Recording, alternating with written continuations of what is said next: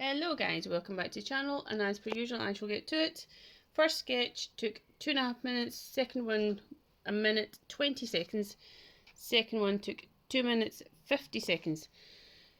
And this was quite a difficult one because it was an extreme close-up and she had quite a, not a strange face shape, but it was quite more rounded at the bottom, even though she wasn't a fuller girl, but her face was quite round.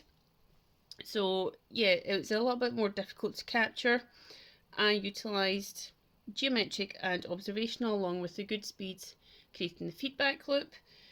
And my speed, accuracy, ratios, layouts, everything are all improving dramatically compared to the last 2 months, last month even.